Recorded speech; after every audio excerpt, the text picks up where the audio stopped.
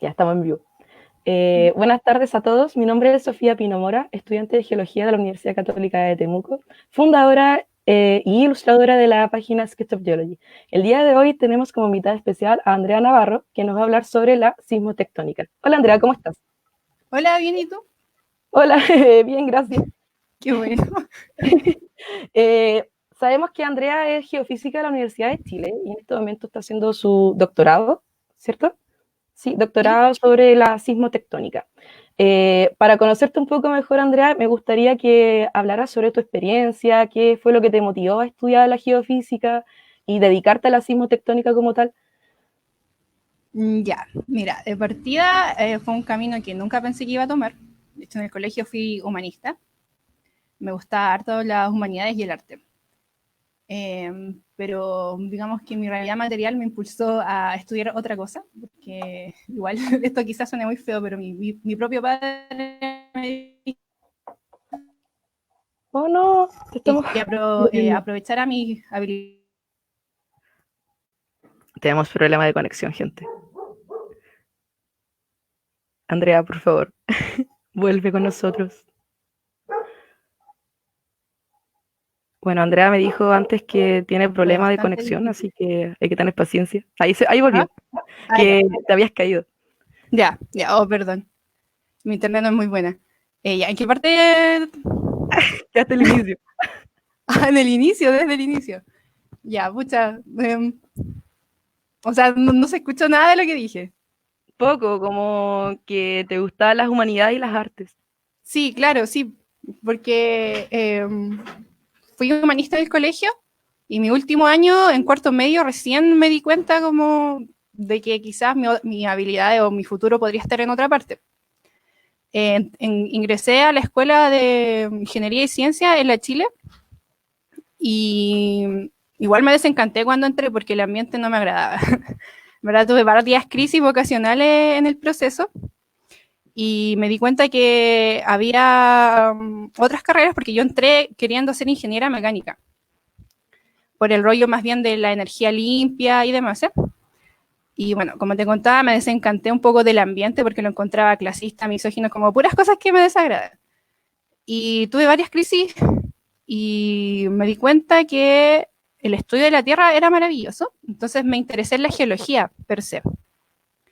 Y en ese proceso de interesarme por la geología, descubrí que existía la geofísica, gracias a un compañero que él siempre quiso ser geofísico. O sea, lo conocí y me dijo como, oye, mira, existe esto, y decidí, en un afán quizás hipster, ser geofísica. Y bueno, también dentro de geofísica, eh, tampoco me sentí muy cómoda, la verdad, porque estaba todo el día frente a un computador y yo miraba a las personas que estudiaban geología como muy felices yendo a terreno. Entonces, al momento de finalizar mis estudios de geofísica, entré al magíster de geofísica y decidí tomar ramos de geología.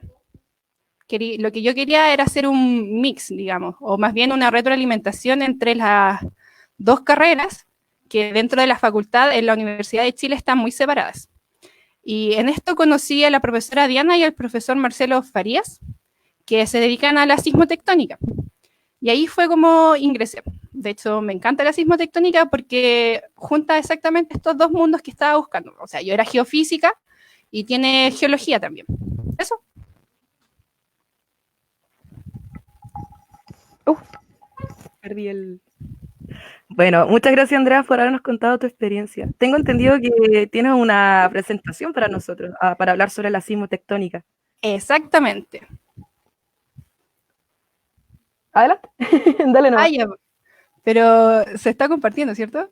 Sí, de hecho, O mira, colócale abajo ocultar la parte de ocultar. dejar. Ya, bueno, ya. Y sale ahí la marca de agua. Windows Pirata, perdón. Ya. Entonces, como les contó Sofía, soy estudiante actual del doctorado en geología. Soy geofísica.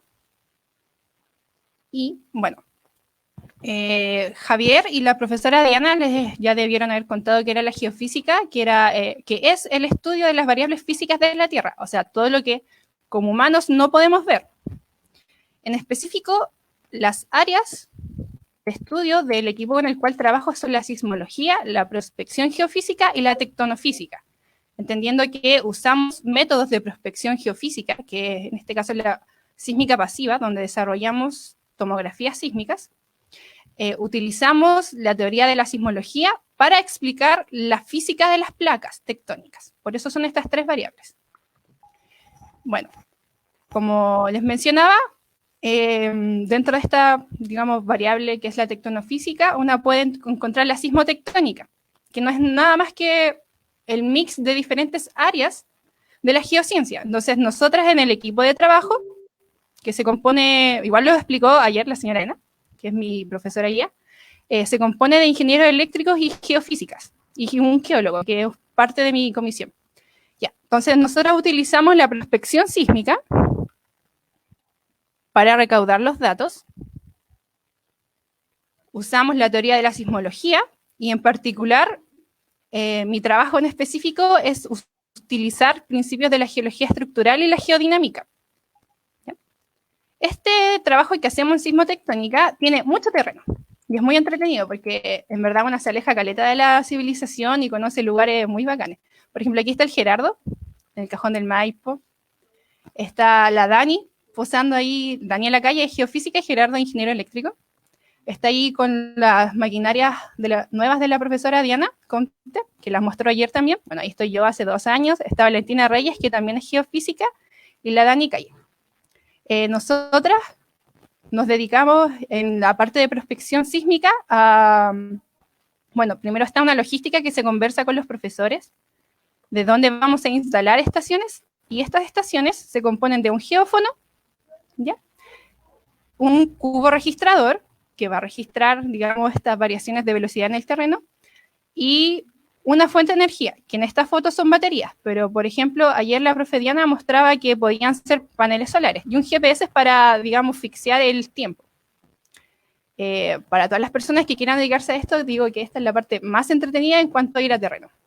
Particularmente, a mí me gustaría estar más días en terrenos porque, bueno, una como geofísica va a medir datos, entonces una hace un hoyo, toma las cosas y luego se va. Pero mi parte geológica me dice como, oh, mira la cordillera, mira esa roca, es maravillosa, pero usualmente en estos tipos de terrenos no tenemos tiempo para contemplar a más detalle el paisaje. Bueno, continuando con lo que hacemos, esto también lo explicó la profe Diana, pero lo puedo volver a explicar, que nosotras para las tomografías lo que usamos son las ondas de cuerpo, ¿ya? Son ondas elásticas, necesitan un medio para propagarse. Está la onda P y la onda S. La onda P, primaria, que es la primera que una ve en los sismogramas, se le llama también longitudinal. Y aquí el movimiento de vibración de la partícula es paralelo a la dirección de la propagación, ¿ya? Depende también de la compresibilidad del medio por el cual se propaga. Entonces, cuando tú tienes digamos, una roca mucho más comprimida, no porosa o sin fluidos, la velocidad de la onda primaria va a ser mayor. Además de esto, como depende de esta misma particularidad, se propagan las 3 fases de la materia. Por otra parte, la onda S, o onda de cisalle transversal, en esta el movimiento de la vibración de las partículas es perpendicular a la dirección de la propagación. Por esta misma razón, es más lenta en comparación a la onda P, y por eso llega después, ¿ya? Esta onda depende de la elasticidad del medio. Por lo tanto, viaja por medios sólidos. ¿Por qué? Porque en los medios que no son sólidos, como gaseosos o líquidos, no está la propiedad de la elasticidad. ¿No se cortó, Sofía? No se cortó. Ah, ya. Entonces, prosigamos. Ayer la profe Diana mencionó que, dado que aquí ocurren muchos sismos, tenemos mucha información. ¿Cómo es que tenemos esta información? Les explico. De partida, las ondas que se generan al haber un sismo contienen información de la fuente o el proceso de ruptura de este sismo, del sitio donde se registra. Estos triangulitos simbolizan estaciones, ¿ya? Entonces una tiene información de este lugar y a la vez del medio por el cual se propaga. Nosotras con las tomografías sísmicas, que son de origen pasivo, o sea, usamos sismicidad natural, obtenemos información del medio por el cual se propaga, Entonces una ve estas típicas imágenes con manchitas que corresponden más bien a modelos de velocidades. ¿Ya? Ya. Para interpretar esto, una ve las variaciones de velocidades. Entonces, este es un típico ejemplo que pongo. Ya. Cuando en una tomografía observo que hay un aumento en la variación de la velocidad de la onda P y un aumento en la velocidad de la onda S, y cuando reviso la relación BP sobre BS también hay un aumento, puedo dilucidar que esta roca está muy consolidada. Por lo mismo que les explicaba anteriormente, la onda P se transmite mejor en medios mucho más compresivos. Lo mismo la onda S, en medios mucho más compresivos y sólidos, en este caso. Por otra parte, cuando estas variaciones en la velocidad disminuyen, pero disminuye mucho más la onda de cisalle, ¿qué es lo que obtengo? Una relación BP sobre BS que aumenta. ¿Y esto qué me podría decir? Podría decirme que aquí hay una roca con un comportamiento dúctil o bien que está fracturada e hidratada.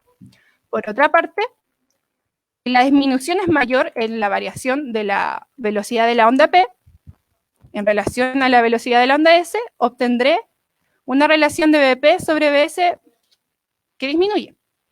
Entonces, esto me está indicando que la roca ya no está, digamos, comprimida, sí, por lo que está fracturada. Y a la vez, como la velocidad de cisalle no disminuye tanto, puedo decir que está seca. Otras variables que se pueden considerar son el metamorfismo de las rocas, porque usualmente, esto usualmente no es muy conocido, pero cuando en las tomografías uno observa que la variación de la velocidad de la onda P disminuye y la velocidad de la onda S aumenta, esto está significando que hay una orientación preferente en ciertos minerales, lo que puede dilucidar que estamos en presencia de rocas metamórficas de grado bajo a intermedio. Lo mismo sucede aquí, donde la onda de cisalle es la que aumenta por sobre la onda P.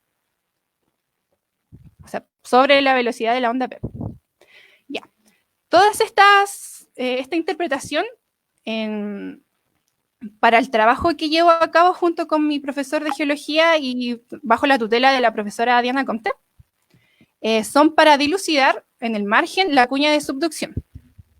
Las tomografías que nosotras hacemos son de una escala regional y podemos ver las placas tectónicas, por eso nos dedicamos a la sismotectónica. Ahora, explicando el rollo aquí de la cuña de subducción, este modelo de cuña es una cuña de doble emergencia. ¿Qué quiere decir que tiene doble emergencia? Que tiene, digamos, dos zonas de deformación, donde se traslada la deformación. Esto es diferente a lo que usualmente conocemos como prisma de acreción, que tiene una dirección de deformación, ¿ya?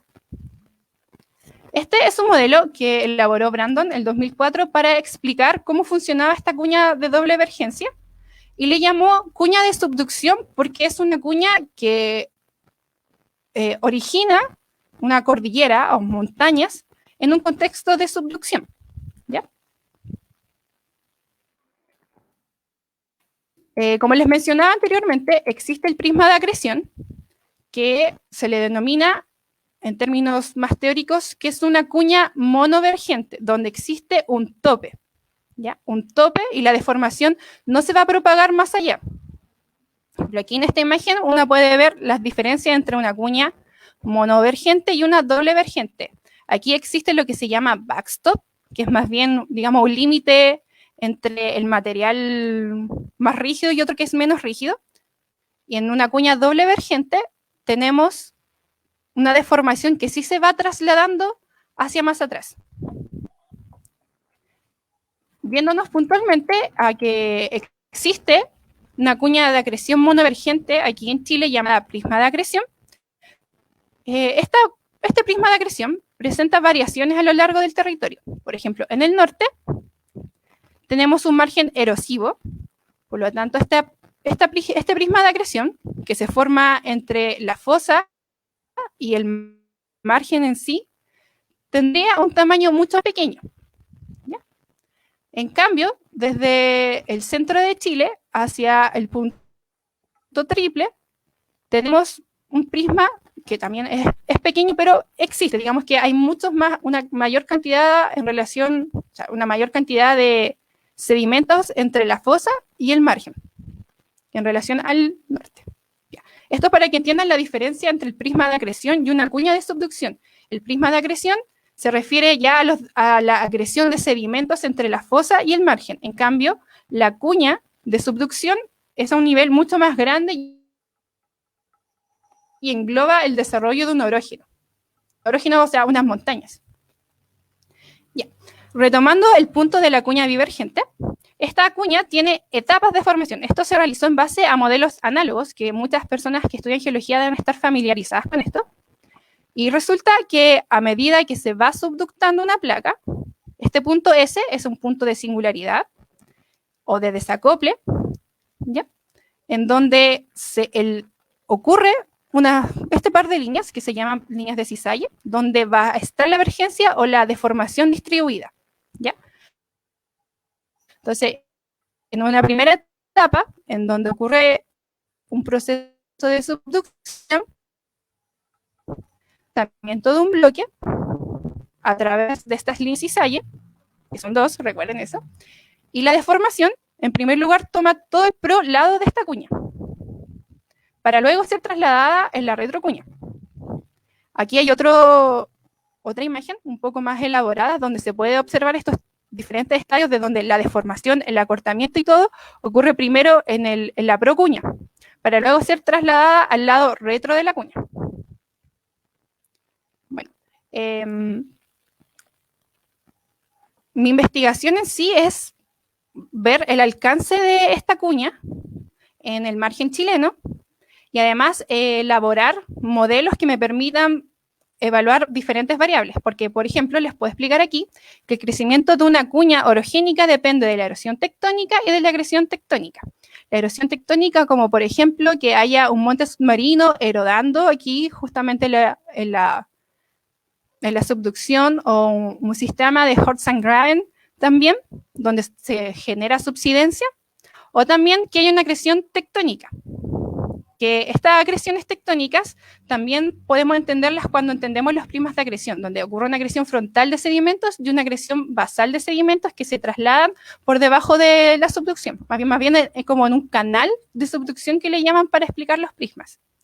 Entonces, por ejemplo, en este modelo de Gutcher et al. 1996, a esta cuña de un modelo análogo le pusieron una variable que era la fricción en la subducción, ¿ya? Digamos un material que le genera fricción. Entonces, ¿qué ocurrió? Primero, se formaron en la agresión frontal fallas imbricadas, en la cual parte de este mismo material se trasladaba por un nivel de despegue y llegaba hasta cierto punto, que puede ser considerado como este punto de desacople, punto S o punto de singularidad, y se formaban dúplex. Y estos dúplex pasaban a acomodarse a través de esta línea de cisalle. Ahora bien, lo importante aquí es que hay que entender que para el modelo de cuña de subducción, todo este material que se forma en dúplex no es tan solo material, digamos, sedimentario, sino que también es material cortical, o sea, de la corteza. Ya. Ahora, retomando los casos en el mundo, aquí de la cuña de doble emergencia, hay diferentes modelos a lo largo del planeta para explicar la formación de los relieves. Y todo esto depende también de si es colisión continente-continente, si hay una subducción más vieja, cuál es la tasa de erosión entre medio de las placas, tiene un montón de variables. Pero hasta el momento se ha visto que el modelo de cuña de doble emergencia es bastante útil para explicar la formación de los relieves. Ahora, puntualmente, ¿cómo aplico esta teoría de las cuñas de subducción a los resultados que obtenemos con el equipo en las tomografías? Ya. Esta imagen igual se las presentó, creo, la profe ayer, pero esto es de mi tesis. Nosotras entre el 2017, o sea, en el 2017, entre abril y noviembre, instalamos unas 40 estaciones en Valparaíso y la región metropolitana, después justamente de que ocurrió un sismo a finales de abril. Aquí les voy a mostrar un video de un modelo de BP sobre BS que se obtuvo. No se sorprendan ni nada, ni tampoco digan, oh, lo entendí todo, porque de verdad el margen central de Chile es súper heterogéneo, como lo mencionó ayer la profesora.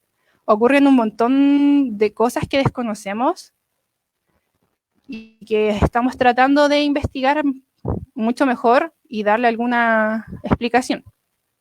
Una de las cosas que tenemos también en el margen central de Chile es, como dijo la profe ayer, la dorsal de Juan Fernández, y también tenemos que desde el 33 al sur reaparece la depresión central. Se ocurren muchas cosas curiosas. Ya. Aquí, a modo de ejemplo, esto es parte también de mi tesis. Les voy a mostrar cómo es que se ve un perfil de modelos de velocidad. ¿Ya? Esto lo desarrollé en GMT. Aquí uno puede observar que hay una sismicidad distribuida en esta dirección. Aquí en el modelo de velocidad para la onda S, este era de BP, también observa esto. ¿Qué significa esta sismicidad? Esta sismicidad es la que se ocasiona en el proceso de subducción. Según aquí se puede imaginar, siguiendo una tendencia, que aquí está la listósfera que se está subductando. Ahora, ¿cómo interpretamos esto, por ejemplo?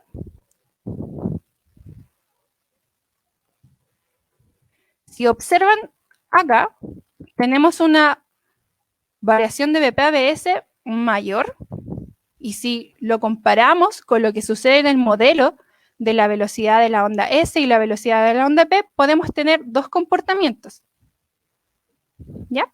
Entonces podemos tener una parte que es una roca más consolidada donde podemos apreciar que las velocidades van en aumento y otra en donde puede haber material hidratado donde las velocidades van en disminución. Aquí marqué, en estas líneas rojas, marqué lo que se ha reportado como el down dip de los terremotos de subducción, ya que es como la zona donde ocurre el desacople de las placas, donde ya no hay una interacción en sí, en términos bastante sencillos. Y lo que podemos observar, por ejemplo, que en este modelo de BP sobre BS ocurre una diferencia importante en cuanto a, bueno, una zona que tiene un bajo valor de PABS y una zona que tiene un mayor. Que no se está diciendo en la tomografía en esta profundidad, es que aquí hay un material geológicamente diferente. Aquí tenemos un material mucho más frágil y acá tenemos un material mucho más dúctil. Algo importante que se me olvidó mencionar es que las tomografías que tenemos, como son regionales, alcanzamos a ver las placas tectónicas a unos 70, 80 kilómetros de profundidad. Bueno, eso es puntualmente la que desarrollamos en mi tesis. Algo importante también a recabar para, digamos, hacer el nexo con la cuña de subducción es que las mismas tomografías nos muestran variables, o sea, variaciones que podrían indicar un metamorfismo que ocurre cuando hay una acreción basal. Por ejemplo, estas zonas de aquí, que son color azul, si las comparamos con esa misma zona en el otro modelo de BP sobre BS, aparecen con una disminución. Cuando esto ocurre, uno puede interpretar que aquí hay metamorfismo de grado bajo a medio. Lo mismo en esta zona azul de acá más arriba y esta de acá, que coincide con una baja, que es lo que podría estar indicando la existencia de una acreción basal donde se ha desarrollado un metamorfismo, y estos serían los llamados dúplex que se acomodan a través de una zona frágil, que sería este límite, este cisalle o esta última emergencia del retrolado. Y justamente para nuestro trabajo aquí en el centro de Chile coincide este punto con los saltos topográficos de la cordillera de la costa. Entonces, este es un modelito, un dibujito de mi tesis. Esto es un término bastante simple porque, como les dije, el centro de Chile, el margen, es bastante heterogéneo, pero en términos concretos tenemos una acreción frontal que no es tan solo de sedimentos. Aquí quiero aclarar que el prisma sería el prisma de acreción que usualmente una ve es mucho más pequeño y estaría acá en el lado, el prolado de esta cuña, ¿ya?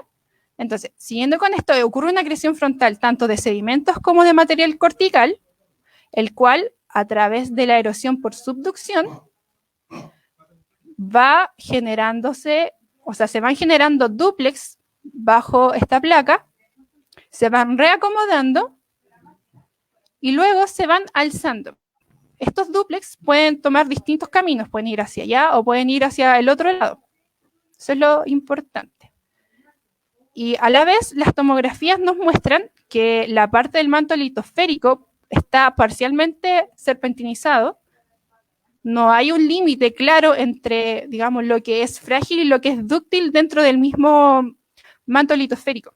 Es bastante interesante porque justamente en el centro de Chile las tomografías nos muestran que hay incluso un pedazo o un trozo de manto más arriba de lo que debería haber. Ahora, hay otras evidencias que ha trabajado la profesora Diana Compte, Marcelo Farías y compañía, en otras zonas en donde también dilucidan esta cuña de subducción. Esto es para la latitud 31 y lo que hacen aquí es visualizar esta diferencia importante en cuanto a las velocidades, o sea, a la tasa de las velocidades de la onda P con la onda S y delimitarla como este punto S o singularidad que coincide justamente con el downdip de los terremotos para la cuña de subducción. Ahora, digamos, en un rollo mucho más grande, que nos estaría dando a entender que existe una cuña de subducción que justamente coincida con la cordillera de la costa, que la subducción está provocando como orígeno la cordillera de la costa y no la de los Andes. Entonces, si la cordillera de los Andes es una cuña diferente, ¿qué es la que la ocasiona? ¿Por qué los Andes están ahí si la subducción de la placa de Nazca bajo la sudamericana no genera los Andes? ¿Qué es lo que está pasando? Esas son preguntas muy abiertas que hemos estado abordando. Y bueno, esto dice aquí Herrera et al., que es el Sebastián Herrera, un geólogo que trabaja con modelos análogos. En sí, la imagen no es de él, es de Brandon, pero igual la saqué como de... ya. Lo que se intenta explicar de forma muy simple es que existen dos cuñas y habría otra subducción que ocasionaría la cordillera de los Andes como tal. Ahora, gracias a las tomografías que tenemos con el equipo de la profesora Diana, nos hemos dado cuenta que esta cuña no llega a los 30, 40 kilómetros de profundidad, sino que es a los 60. Así que este es un modelo que desarrolló Brandon, un poco lejos de, digamos que no tiene la escala correcta. Pero es bastante interesante analizar la posibilidad de dos subducciones y dos cuñas. Ahora bien, un trabajo pendiente que tenemos que abordar es realizar tomografías en la cordillera andina para ver cuál es el tamaño de esta cuña. Y eso, Sofía, iba a hablar más de esto, pero quizá es un poco más enredado, que cuando una le pone variables termodinámicas al modelo de cuñas, o ya, lo voy a decir igual. Ya, cuando una considera, no sé, la exhumación de rocas de alto grado metamórfico, igual es una variable bastante difícil, pero lo que han demostrado los modelos es que se te puede formar un plató. Cuando consideras estas variables reológicas y cambian en los estados dinámicos, y esto podría ser muy útil para explicar el altiplano. Y esta es la parte sismotectónica en la que estoy trabajando. Ya, eso. Vale, Andrea, muchas gracias. Mira, unas preguntitas chiquitas. Ojalá que la gente en el público que nos esté viendo tengan preguntas también. Las pueden escribir y nosotros o sea, yo la voy a leer y la Andrea las va a responder. Oye, ¿cómo dejo de...? Ya. Me gustaría que explicases como en simple terminología qué es la reología. Ya. Hoy me cuesta caleta explicarle como en términos simples. Digamos que cuando tienes, digamos, una dinámica que ya no la puedes representar en una física de cosas como sólidas, sino que tienes material más fluido, Vamos, cuando entran aquí en juego la dinámica en los fluidos, que tienen otras ecuaciones para definir su comportamiento. No sé si se entendió eso. Digamos, cuando tienes algo más dúctil, tienes que modelarlo de una manera diferente a que si fuese mecánica. O sea, no son cosas rígidas.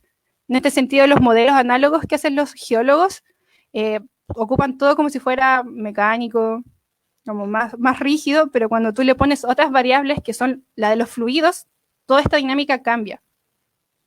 No sé si se entendió.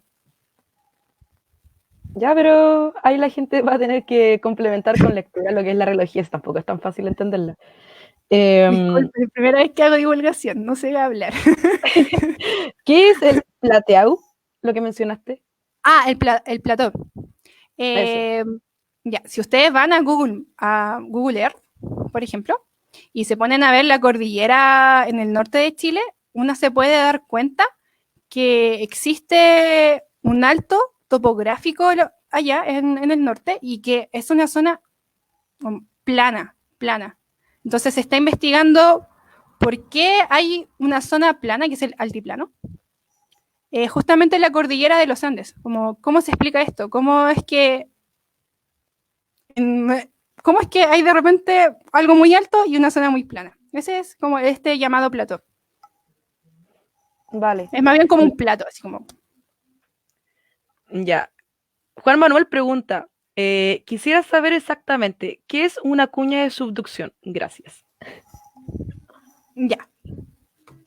Muestro de nuevo el PPT. Si quieres. Ya.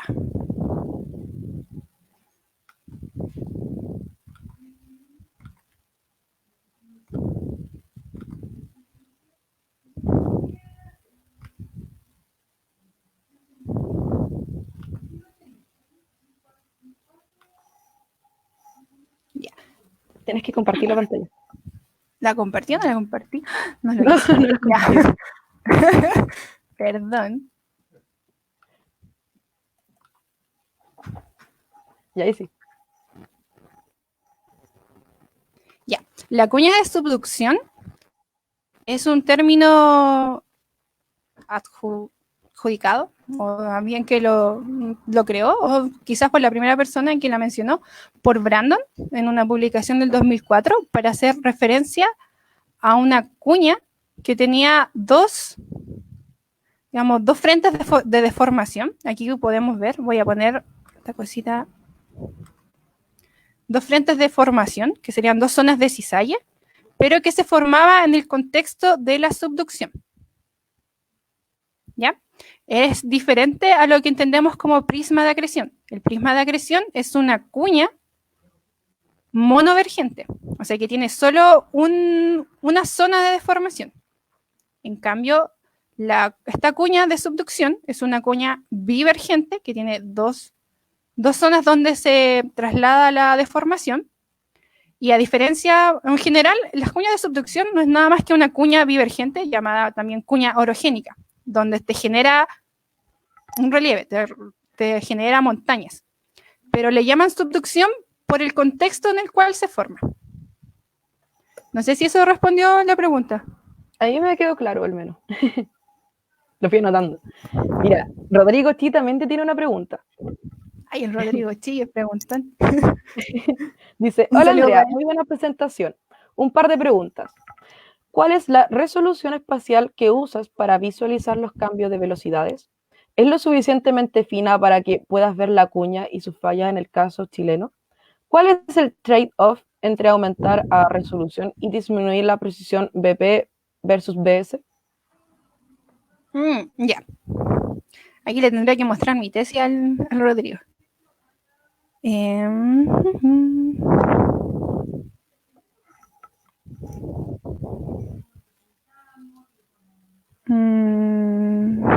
Creo que estaba acá. Quizás me demoren en encontrarlo, estoy buscando también en mi cerebro.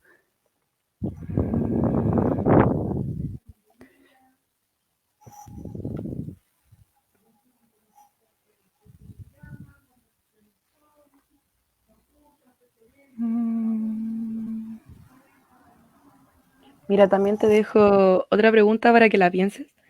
Ya. Ignacio Wischmeyer pregunta, ¿la subducción cortical tiene incidencias en la reactivación de fallas, más específicamente en ascenso magmático? Buena presentación, saludos. Ese es un tema bastante pendiente. Ya, pero primero voy a responderle a Rodrigo, porque en verdad yo me sé de memoria la resolución, pero quería mostrarlo como en mis cositas, como en un informe que no me acuerdo dónde lo dejé. Tururum. No sé si está aquí. No sé si se lo había mandado a la profe.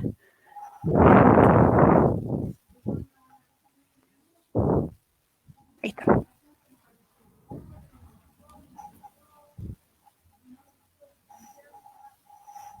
Ya.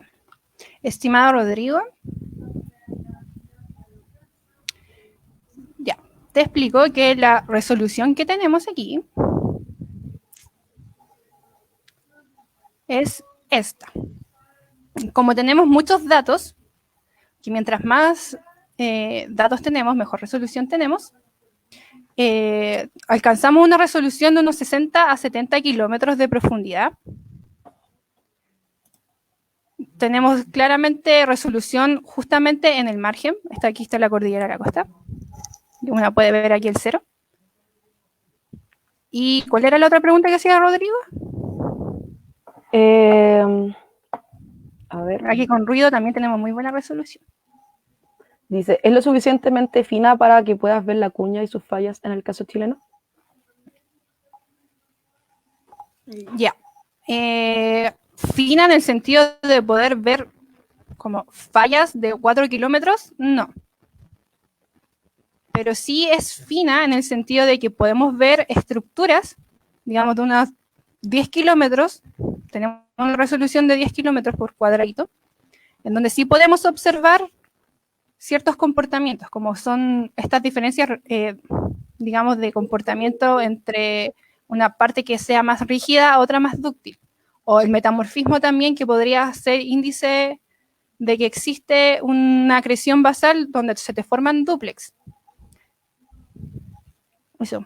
Pero, por ejemplo, entre los 0 y los 10 kilómetros, la resolución no es buena porque también la mayoría de la sismicidad que registramos es la sismicidad que ocurre entre las placas tectónicas, en la subducción, en el proceso de subducción. También por eso nuestra resolución tiene esta forma. Y pregunta, ¿cuál es el trade-off entre aumentar la resolución y disminuir la precisión BPBS? Ya, el trade-off entre aumentar la resolución y disminuir la precisión.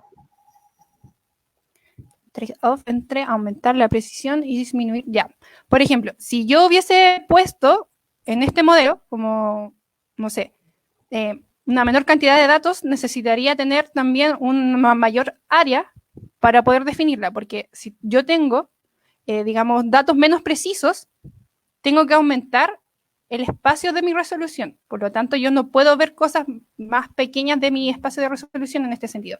Por ejemplo, si aquí son 10 kilómetros mi resolución, yo no puedo ver nada bajo esos 10 kilómetros. Si aumento, digamos, la resolución a un espacio mucho más grande, puedo ver estructuras más homogéneas y darme una idea más general de lo que está aconteciendo. Por ejemplo, pueden buscar en Google la tesis de Daniela Calle, que es una geofísica del equipo, en donde ella tiene menos datos que los míos, por lo tanto su resolución es diferente, pero lo que ella hace para compensar esto es hacer una grilla más grande o hacer un espacio en el cual ella poder interpretar cosas de una manera más macro. No sé si eso lo responde. Igual es bastante técnico eso. Ya, pero Rodrigo lo va a entender. Ya, ahora continuando con la pregunta de Ignacio Wischmeyer. ¿Ya? Hablaba sobre la subducción cortical tiene una incidencia en la reactivación de fallas, más específicamente en acceso magmático. Buena presentación, saludos. Ya, eso, si bien yo no soy una experta en magmatismo, por ejemplo, cuando vemos esto que está acá en este modelito, si bien la subducción y los sismos sí te pueden reactivar fallas, hay estudios también por ejemplo, la falla de Pichilemu se sostiene que después del sismo que ocurrió allá por Concepción, se reactivó la falla de Pichilemu, así que eso sí es posible, puede haber digamos, bueno, igual es todo muy dinámico, entonces yo creo que es muy obvio que te va a reactivar ciertas cosas, dependiendo también de la magnitud que abarque. Y en cuanto al ascenso magmático, el ascenso magmático en sí aún se está estudiando, creo que es un área bastante abierta en la geofísica y geología, es cómo el magma asciende y si realmente aprovecha fallas corticales o simplemente tiene un flujo más, digamos, en una sola dirección. ¿Cuál es la variable que hace que ascienda el magma? ¿Toma como atajos las fallas o simplemente es como algo que sube simplemente? Esa es una pregunta bastante abierta, yo no la tengo resuelta, tengo que estudiar más. Ya, mira, Cristian Bastías te pregunta. Primero dice, saludo a la gran Andrea. Tengo 2 preguntas. ¿Qué tan alejados o concordantes han sido sus datos de simulación con lo observado en terreno? Y la segunda pregunta, como alumna de Bauchef, que es una facultad generalmente ser conocida por tener muchos hombres en proporción a mujeres, ¿has visto o percibido un cambio positivo en la incorporación activa de las mujeres en las geociencias? Muchos saludos. Buena pregunta. Ya, la primera parte es que igual, por lo que hemos analizado y la literatura también que he leído, es muy difícil interpretar lo que está a un nivel, digamos, más cortical, más superficial con lo que está abajo. Digamos que hay una escala temporal distinta y es muy difícil anexar las cosas a simple vista. Hay que hacer toda una simbiosis de conocimiento. Pero, por ejemplo, para la cuña costera, uno puede observar que, o sea, de acuerdo también a la teoría, uno puede observar que la cordillera de la costa, una parte hacia el margen tiene fallas. Digamos, aquí voy a poner se me olvida poner el puntero. Ya, en esta parte hay fallas y hay una parte en donde no se visualizan fallas. Entonces, una en ese sentido puede recurrir a la literatura y a los modelos análogos de cuñas para interpretar que esas cosas que una ve en superficie corresponden a una dinámica que está sucediendo abajo. Como lo que les mencionaba, que primero se deforma de gran manera el prolado y después el retrolado. Cositas así. O por lo general, también la cuña andina se tira el rollo por la observación superficial de las fallas, donde, por ejemplo, aquí en el lado argentino, la deformación es mucho mayor que en el lado chileno, y a su vez, todo digamos, el acortamiento, la mayor cantidad está en este otro lado. Entonces, si nos imaginamos esto como una cuña, nos estaría diciendo que el prolado de esta cuña está hacia Argentina. Por lo tanto, eso también es un indicio que ayuda a tener una hipótesis de que hay una subducción que va desde el este hacia el oeste. Ya, y la segunda pregunta era sobre... ¿Me la puedes repetir, Sofía? Sí. Dice, como alumna de Bauchef, que es una facultad generalmente ser conocida por tener muchos hombres en proporción a mujeres, ¿has visto o percibido un cambio positivo en la incorporación activa de mujeres en la geociencia? Muchos saludos. Me encanta hablar de este tema, me encanta. Porque una de las razones por las cuales no quise estudiar ingeniería mecánica era por la misoginia de la facultad. Igual como persona que estudió en un colegio de mujeres, laico, como que me chocaban muchas cosas que tenía la facultad. Y como me enseñaron a aguantar nomás, como que las aguantaba. Y si lo comparo, siempre pensé que la incorporación de mujeres haría bien a la facultad, pero la facultad no se ha hecho responsable, aquí me van a echar, no se ha hecho responsable de lo que acontece una vez que tú le abres las puertas a, digamos, una parte de la población que ha sido restringida o que ha sido como vista menos para la educación. O sea, las mujeres no llevamos más de 100 años en la educación, ni tampoco en los espacios públicos, y la facultad no ha estado preparada para ello.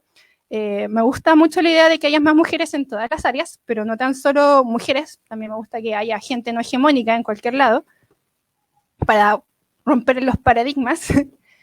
Pero, por ejemplo, participé de más chica activamente en comisiones de género y de diversidad, también en la Secretaría de Sexualidad y Género. Y si bien al principio miraba con buenos ojos que pusieran más mujeres, ahora veo que es muy irresponsable de parte de las instituciones poner mujeres sin haber hecho el ejercicio de que, no sé, de dejar de normalizar conductas misóginas de sus propios alumnos y sus propios profesores. Estando, por ejemplo, en la Secretaría de Sexualidad y Género, pensaba que, oh, qué bacán, hay muchas mujeres, pero también se alertaban más los acosos, por ejemplo. Entonces, tener más mujeres es muy positivo, siempre tener cualquier persona que no tenga esa imagen de la, digamos, de lo dominante, ahí se me fue esta palabra, siempre es bueno, pero también tenemos que hacernos cargo de que las condiciones en que se construyó la universidad o otras cosas no son para las personas no hegemónicas. Así que es bastante complicado. Hoy les recomiendo que vean esto como las paradojas del nihilismo. Está muy bueno como el corto que hicieron esas chicas, en cuanto a la academia y lo que implica y el capitalismo y esas cosas. Eso. Gracias por la respuesta, Andrea. O sea, igual esto suena como que, pucha, chiquillas, no estudian, sí, estudien, pero por favor tengan conscientes de que va a haber misoginia en el camino. Lo mismo que una persona que quiera estudiar y tenga apellido indígena, también se va a encontrar con un montón de racismo entre medio. O una persona que no tiene la piel clara también se va a encontrar con un montón de otras cosas. Está muy bien que queramos estudiarlos. Y también hay que combatir todos estos paradigmas. Pero no va a ser fácil. Solo les digo como, chiquillas, si quieren dedicarte a esto, bacán que seamos más, pero tengan en cuenta que aún nos falta caleta para derribar el patriarcado de todas las esferas de la vida. Toda la razón, Andrea. Mira, te tengo otra pregunta. Pepe González dice, ¿qué mecanismo genera que el material que subducta se acumule en ciertas zonas, formulando dúplex y que no siga subductándose a mayores profundidades? Es una muy buena pregunta. Resulta que lo que entendemos por eso, porque no pasa hacia el otro lado, es por las diferencias de densidades de este material. Como que el material no pasa de esta zona porque no tiene la propiedad para cambiar y pasar hacia el lado de, bueno, eso aquí dice litosfera, como hacia el lado del manto. Digamos que tiene que ver también con la flotabilidad del material. En verdad, las propiedades de la corteza en sí hacen que se quede ahí, aunque hay registros de que puede haber material mucho más abajo, pero igual todo esto es muy como que se está...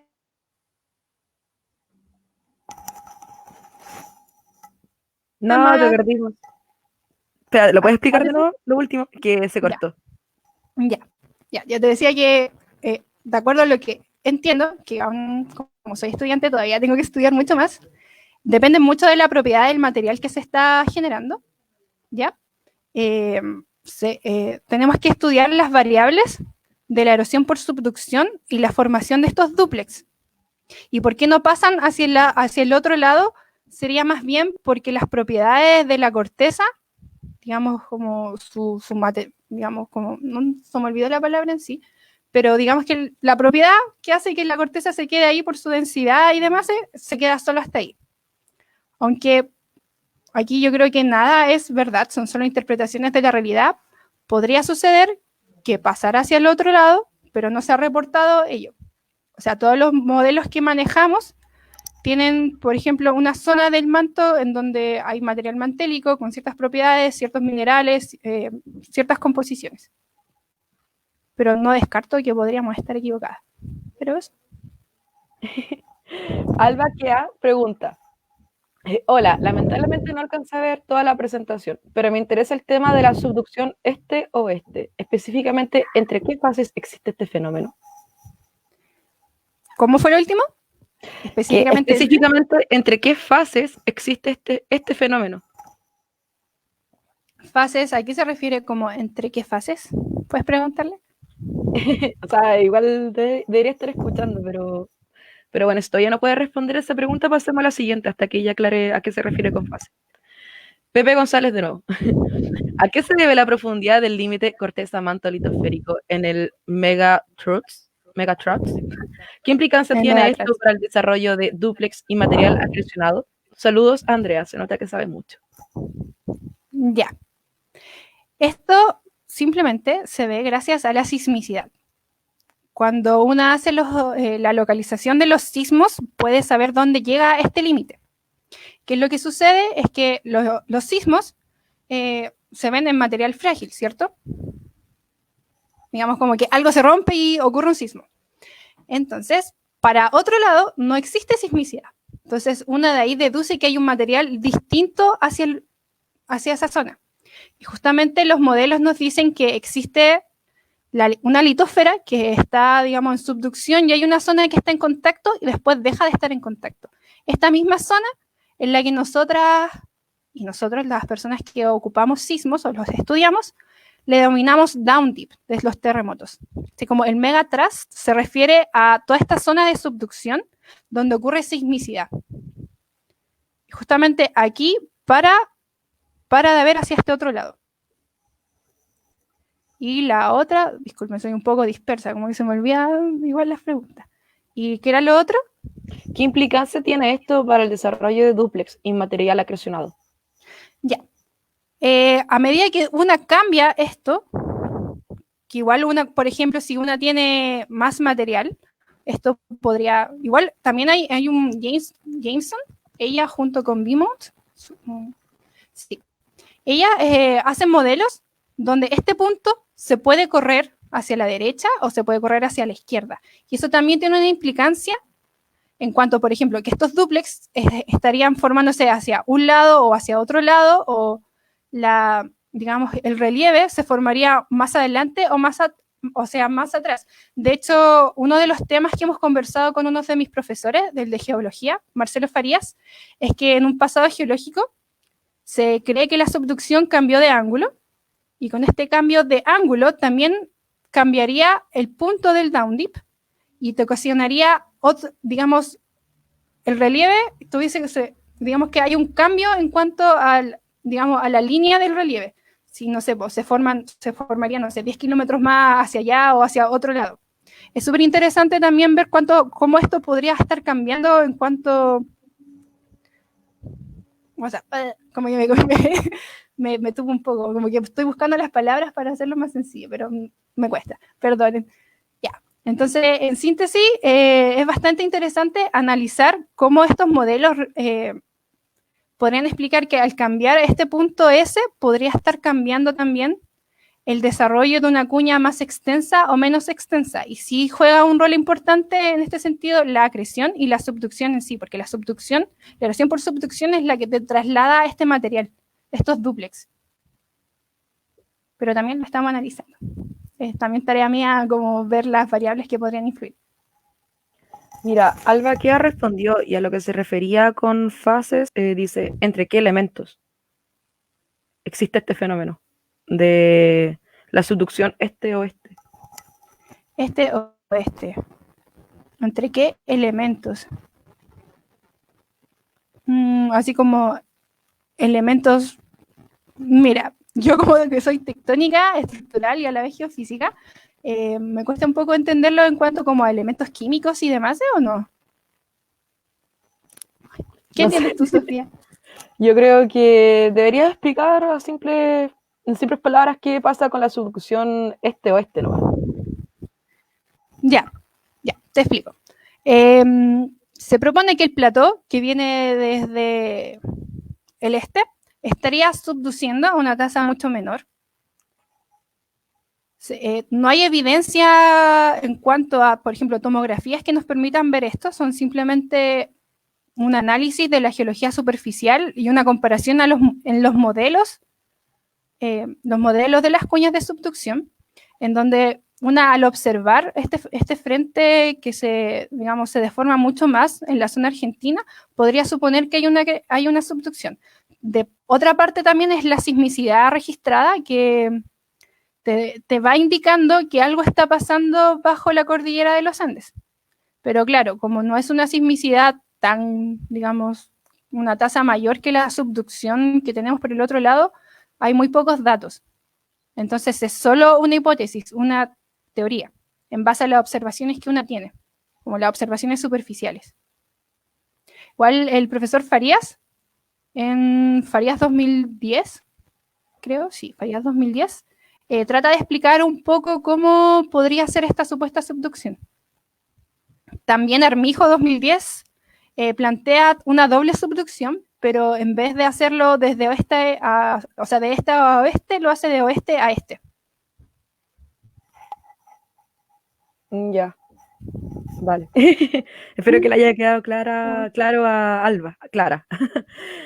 Franco Lema pregunta: Hola Andrea, qué bacán tu presentación. Según tus resultados aplicados a este segmento, ¿has visto algún patrón de sismicidad asociado a la segmentación sísmica? ¿Piensas que la existencia de plutones a lo largo de la cordillera de la costa incida en el comportamiento de la placa subductada y la cuña? La incidencia de los plutones. De hecho, vemos plutones en las tomografías. Estos plutones que serían ya del Jurásico, que usualmente la cordillera de la costa la mencionan como un arco extinto, como un material mucho más duro. Andrea, te perdemos de nuevo.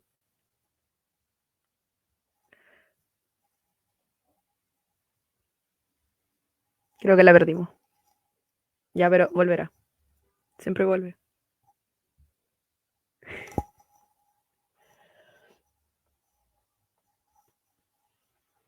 Todas las preguntas que hagan me va a servir mucho para mi tesis de doctorado, así que sigan así. Andrea, vas a tener que repetir la respuesta porque se cortó justo ¿Aló? cuando... ¿Me escucháis? ¿Ah? Sí, ahora Que sí. vas a tener que repetir, o sea, como repetir de nuevo la respuesta porque se cortó todo.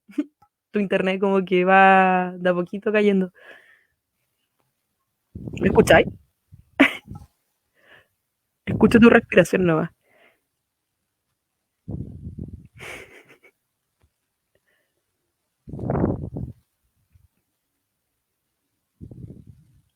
¿Me escuchas o no? Sí, mi internet no es buena, perdón.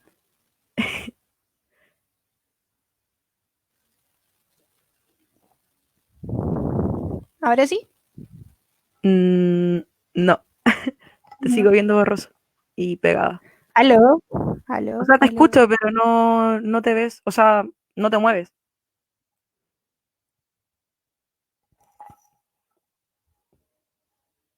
Paciencia, gente.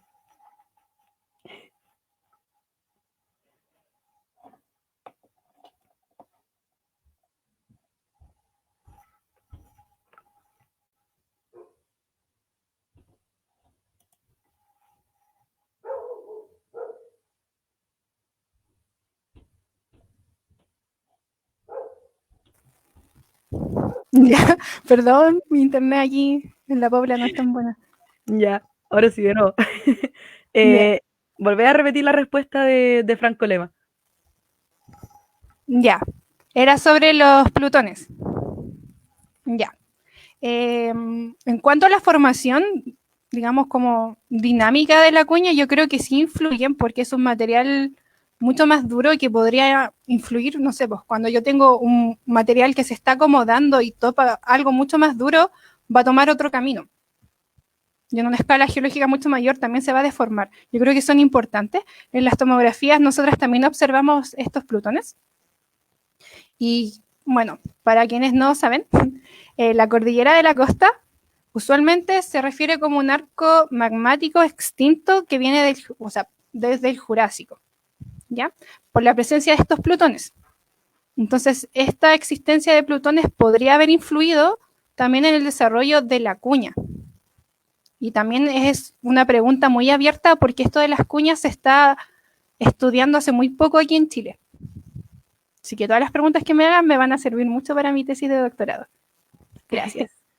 Pepe González pregunta, y dice, ya, esta es la última vez que pregunto. No, Se pueden generar dúplex, pero en la zona del manto litosférico. Y dice más abajo, con esto me refiero a material mantélico que se acreciona. material mantélico que se acreciona. Sí, porque igual tenemos material rígido en el manto litosférico. Y de hecho nuestras tomografías nos muestran que hay un pupurrí de cosas que suceden en el manto litosférico, en el manto rígido, que se mezclan un poco entre material cortical y material mantélico, por las variaciones que vemos en las velocidades. ¿Cómo se explica esto? No tengo idea. También está abierto a discusión, pero hemos observado de que sí, se desarrollan dúplex ahí. Ya. Mira, hasta ahora esta es la última pregunta. Tanis Calderón. Gracias, Andrea. Para la formación de la cordillera de los Andes, ¿se ha considerado un proceso de delaminación? No. Hasta que el momento en que yo sé, o lo que he leído, no. Yo creo que la formación de la cordillera de los Andes es una pregunta muy abierta. La cuña podría explicarla, pero también podrían haber otros procesos que podrían explicarla. O sea, no estoy cerrada que quizás esa no es la explicación. Así que no se tendría que analizarlo más. Ya. Bueno, para ir cerrando ya esta entrevista, me gustaría que des otros consejos a las personas que quieran dedicarse a tu área. Como que pueden pillarse en el camino, software que igual tú utilices, que recomiendes. Sí. Como esos tips. Ya. Que aprendan MATLAB, Python y GMT. Con eso hacemos todo en geofísica en general. Todo ese tipo de software son los que más utilizamos, en verdad. Igual creo que es importante también que las personas aprendamos a utilizar otras cosas, por ejemplo, Windows. O sea, mi tesis la hice en LaTeX y cuando me pidieron que por favor le hicieran Word, colapsé. De verdad colapsé. Pero las personas que quieran seguir este camino deben manejar muy bien varias herramientas computacionales que les permitan escribir, les permitan manejar datos. MATLAB es muy utilizado, Python también. Y al menos en mi formación de geofísica en la Universidad de Chile usamos bastante GMT. Ya, bueno, entonces si no hay más preguntas en el chat, podemos dejar hasta acá la entrevista, la cual te agradezco mucho, Andrea, por tu tiempo y disponibilidad que has tenido el día de hoy para explicarnos sobre tu investigación. La encuentro muy interesante y súper importante que aprendamos igual un poco más allá del vulcanismo como tal, como lo que pasa como tú bien dices, es en la cuña de subducción. Y poder diferenciarlo con el prisma de acreción también. Entonces, gracias a ti, Sofía, y a tu equipo. Vale, muchas gracias a ti, igual, como ya te lo dije antes. Bueno, eso, gente. La otra semana vamos a partir con la semana de vulcanología. El día lunes vamos a tener de invitada a la Inés Rodríguez, que nos va a explicar desde lo fundamental, lo básico de qué es un volcán, hasta sus investigaciones como tal. Y eso. Muchas gracias a todos quienes estuvieron viendo hoy día y nos vemos el lunes. Gracias. Chao, gracias. Chao. Espera, deja cortar la transmisión.